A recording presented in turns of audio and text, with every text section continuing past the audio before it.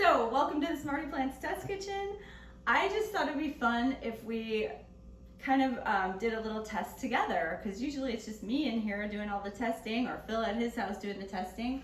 And I found a fun recipe and I thought, why don't we share this with you guys so you can kind of see how we do it. I always loved Wendy's Frosties. Now, I'm not a big fast food person, obviously. I never really was. But my mom always loved the Frosties. Does anybody remember those from Wendy's? Or maybe not remember them, maybe they still make them, I don't know. But they're really chocolatey and it's like a chocolate frozen shake. And I remember it being kind of like whipped up and it was like this tall and it came with a long spoon.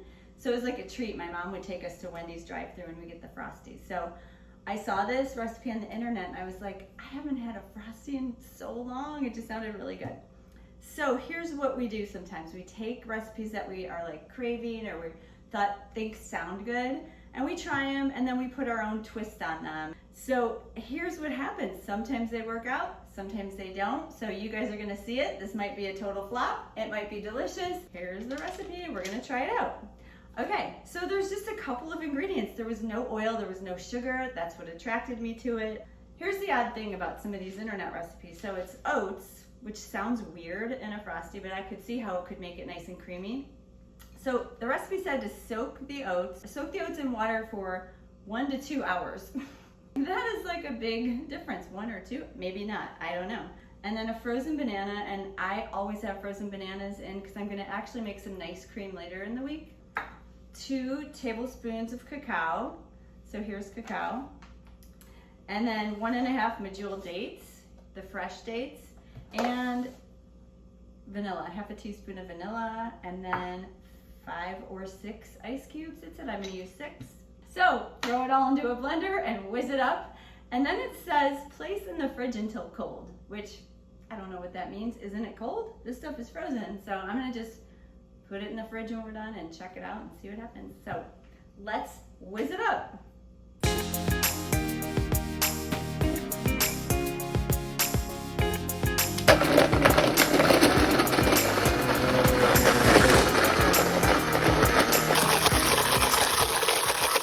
Now we're gonna pour it in a glass. Looks pretty good. Looks a little thin. Oops, whoopsie. It doesn't look frosty, but it looks creamy. It does not look like the Frosty I know and love, but okay. Putting it in the fridge, and I don't know for how long, but we'll see. I'll check it in a little bit. Okay, it's been a half hour. Let's test it out. Looks a little jiggly. Do you think they meant the freezer? I don't know, it said fridge. But wasn't it already frozen and now we put it in the fridge? I'm not sure. This is the consistency. Questionable. Here we go. It looks like it's gonna be messy.